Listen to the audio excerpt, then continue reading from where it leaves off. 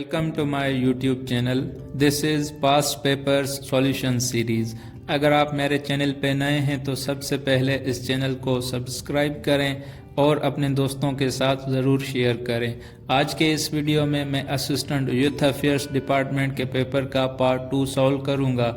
अगर आपने पहला पार्ट नहीं देखा तो सबसे पहले वो पार्ट देखें जिसकी लिंक मैं इस वीडियो की डिस्क्रिप्शन में दे देता हूं। तो let us start today's video. इस वीडियो का पहला सवाल है कि carbon dating is used for. Carbon dating एक प्रोसेस है जो किस मकसद के लिए यूज होता है। कार्बन डेटिंग किसी भी ऑब्जेक्ट की एज मालूम करने के लिए यूज होता है। ज़ेरे ज़मीन हमें मुख्तलिफ किस्म की अशिया मिलती हैं तो वो कितनी पुरानी है इस चीज़ का अंदाज़ा लगाने के लिए जो प्रोसेस हम यूज़ करते हैं उसको कहते हैं कार्बन डेटिंग। ये मेथड विलियर्ड लिबी नामी एक शख्स ने डेवलप किया था और कार्बन डेटिंग को हम रेडियो कार्बन डेटिंग भी कहते हैं। तो इस सवाल का सही ऑप्शन होगा B, carbon dating is used for finding the age of any object. Next सवाल है कि K2 is also known as. What is the other name for K2, the second highest peak in the world. तो इस सवाल का सही option है A, Godwin Austen. There are 3 nicknames for K2। Number 1 is Chogori, number 2 Depsang and third one is Godwin Austen. K2 8611 metres above the sea level है और ये Karakoram range में लाई करता है। ये दुनिया की सेकंड हाईएस्ट पीक है। फर्स्ट हाईएस्ट पीक है माउंट एवरेस्ट और इस माउंटेन को डिस्कवर किया था कर्नल डीजी ने 1856 में। ड्यूरिंग ब्रिटिश गवर्नमेंट ये डिस्कवर हुआ था। सवाल है कि first case of corona virus was detected in Wuhan on. इस सवाल का सही ऑप्शन है बी, दिसंबर 2019। कोरोना वायरस जिसको बाद में कोविड-19 का नाम दिया गया। कोविड-19 stands for corona virus disease of 2019। तो इसका जो पहला केस था वो चाइना के शहर वुहान में दिसंबर 2019 में डिटेक्ट हुआ था। और एक अहम चीज़ जो आपने याद रखनी है वो है कि WHO वर्ल्ड हेल्थ ऑर्गेनाइजेशन ने 11 मार्च 2020 को इसको पेंडेमिक डिक्लेयर किया था।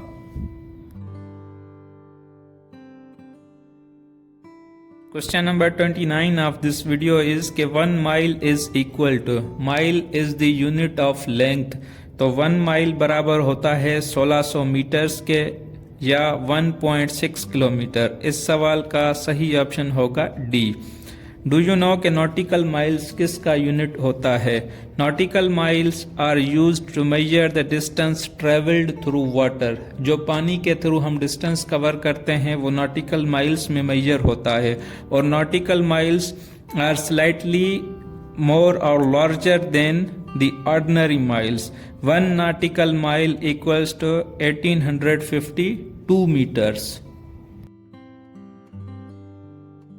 नेक्स्ट सवाल एक एनोलॉजी है, थर्स्ट एंड ड्राइव। थर्स्ट कहते हैं हम आम लफ्ज़ों में प्यास, या in other words have a strong desire for something, किसी चीज़ को पाने के लिए शिद्दत से चाहना। एंड ड्राइव एक ऐसा फोर्स या ताकत जो आपको कोई काम करने के लिए मजबूर करे। मतलब ड्राइव एक वर्ब है and thirst is a noun. अगर हम ऑप्शंस पे गौर करें, ऑप्शन ए इज इनएबिलिटी जिसका मकसद होता है to be in the state of intoxication, जो हैबिचुअली ड्रंकार्ड होता है, जो हर वक्त नशे में रहता है। एंड एक्सेस होती है किसी चीज़ की कसरत, तो ये कॉम्बिनेशन नहीं मिल रहा। बी में 2 वर्ड्स हैं, एम्बिशन एंड सक्सेस। सक्सेस कामयाबी, एम्बिशन होती है एस्पिरेशन, किसी चीज़ को चाहना, ये भी नहीं होगा। Option C is indifference and passion. Indifference कहते हैं lack of interest, lack of concern, and passion एक अनकंट्रोलेबल इमोशन होती है। And D is smell and sense. Smell एक नाउन है एंड सेंस एक वर्ब है। तो इस सवाल का सही ऑप्शन होगा डी, किसी चीज़ को सेंस करना और उसका एंड रिजल्ट क्या होता है, स्मेल। तो इस सवाल का सही ऑप्शन होगा डी।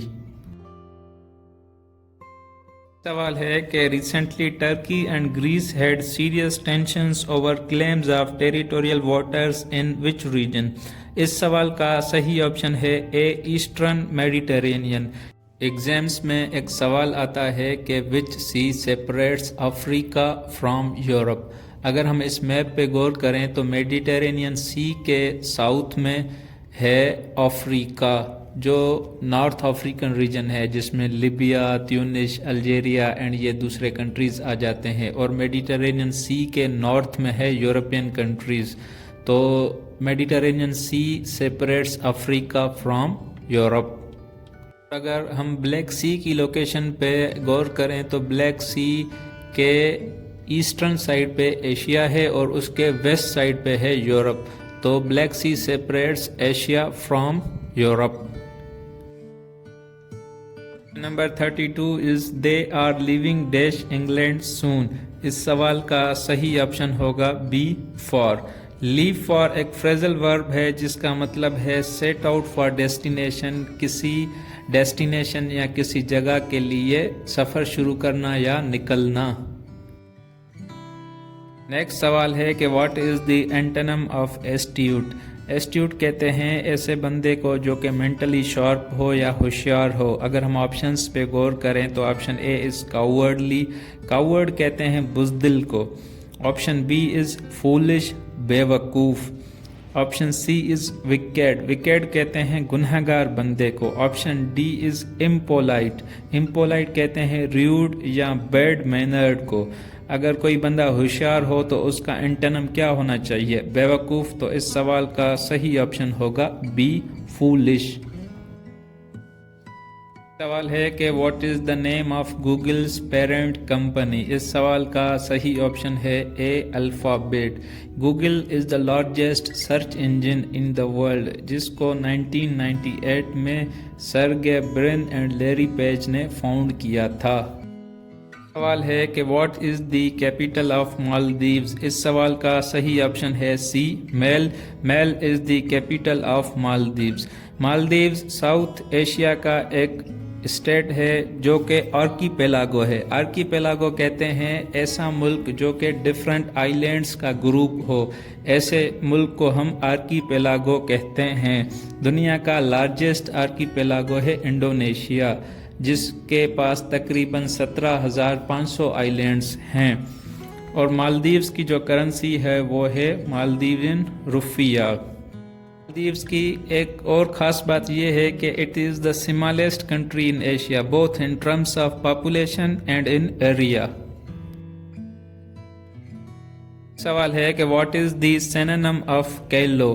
कैलो कहते हैं इनएक्सपीरियंस्ड या इमेच्योर बंदे को। अगर हम ऑप्शंस पे गौर करें, option A is rough, option B is inexperienced, option C is superficial. तो इस सवाल का सही ऑप्शन होगा बी इनएक्सपीरियंस्ड। एक सवाल है कि what is meant by equinox. तो इस सवाल का सही ऑप्शन है a day and night are of equal length. आपको पता है कि समर में दिन बड़ा होता है और विंटर में रात बड़ी होती है, लेकिन साल में 2 दफ़ा एक ऐसी कंडीशन आती है जब almost day and night are of equal length. ये होती है एक 20 मार्च को और दूसरा 22 सितंबर को। When both night and day are of equal length तो उसको हम कहते हैं इक्विनॉक्स। का सबसे बड़ा लंबा दिन 21 जून को होता है, जिसको हम समर सोलिस्टिस कहते हैं, और साल का सबसे छोटा दिन होता है 22 दिसंबर, जिसको हम विंटर सोलिस्टिस कहते हैं। नेक्स्ट सवाल है कि which city of Pakistan is famous for sports goods. Sialkot दुनिया में स्पोर्ट्स के सामान के लिए मशहूर है। इस सवाल का सही ऑप्शन होगा सी। इस दफ़ा फीफा वर्ल्ड कप में जो फुटबॉल यूज़ हुए थे वो भी सियालकोट में बनाए गए थे। सवाल एक एवरीडे साइंस का है कि DNA is the abbreviation of. इस सवाल का सही ऑप्शन है A D oxy ribo nucleic acid and RNA stands for ribo nucleic acid.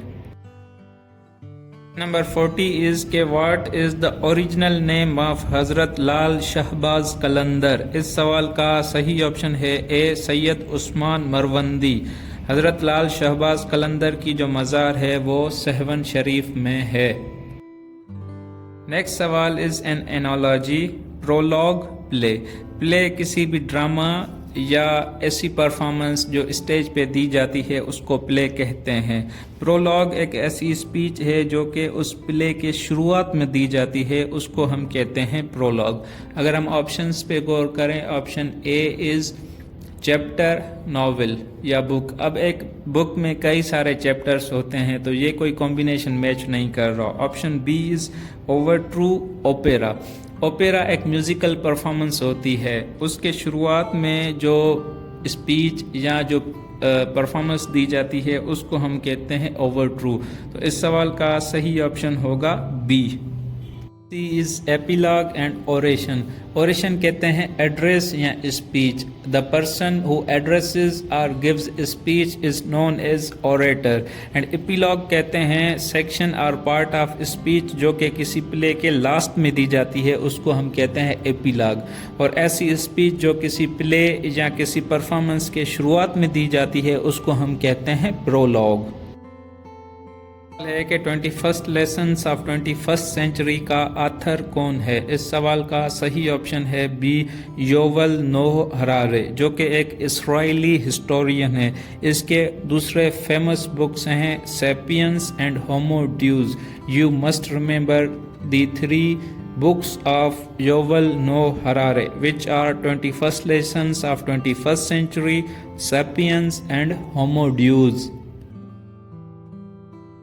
Number 43 is के the idiom to make amend for का मतलब क्या है? इस इडियम की मीनिंग क्या है?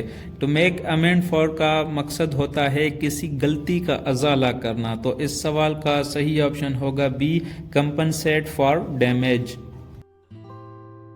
44 इज के world's smallest Islamic state by area is.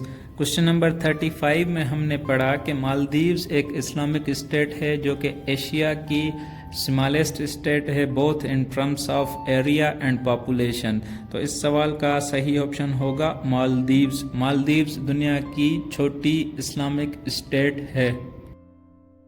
Next सवाल is fill in the blank. The committee regrets that it cannot exceed dash your request for a month's unpaid leave. Committee को इस बात पे अफसोस है कि वो आपकी 1 मंथ की अनपेड लीव को एक्सेप्ट नहीं कर सकती। अगर हम ऑप्शंस पे गौर करें, एक्सीड टू का मकसद होता है अग्री टू अ डिमांड और रिक्वेस्ट। मतलब कमेटी इस जो आपने डिमांड या रिक्वेस्ट दी है इसको अग्री नहीं कर सकती। तो इस सवाल का सही ऑप्शन होगा बी, 2। सवाल है कि identify the underlined part of speech. Sentence है कि द टाउन हैज मशरूम्ड रिसेंटली। तो मशरूम इस सेंटेंस में एक वर्ब है जो कि मेन वर्ब है, और हैज़ ये हेल्पिंग वर्ब होगा, और इसमें टाउन क्या होगा? नाउन होगा। द एडजेक्टिव है और रिसेंटली एक एडवर्ब है। सवाल है कि what is the synonym of bluff. Bluff कहते हैं धोखा देने को। तो इस सवाल का सही ऑप्शन होगा सी, डिसीव, धोखा देना। सवाल है कि Durand line was demarcated in which year. इस सवाल का सही ऑप्शन है बी, 1893। डिमार्केट कहते हैं मतलब डिफरेंस क्रिएट करना, किसी चीज़ को 2 हिस्सों में डिवाइड करना। Durand line is the border between Afghanistan and Pakistan. Durand line की जो लेंथ है वो 2640 किलोमीटर है। Second last question of this video is कि the Mughalpura railway workshop is present in which city? इस सवाल का सही ऑप्शन है डी, लाहौर। का आखिरी सवाल है कि outermost planet in our solar system is. इस सवाल का सही ऑप्शन है Neptune. Neptune is the outermost planet in our solar system. There are 8 planets in our solar system, which are Mercury, Venus, Earth, Mars, Jupiter, Saturn, Uranus, Neptune and Pluto. एक सवाल आता है कि the largest planet in our solar system is, उसका सही option होता है Jupiter.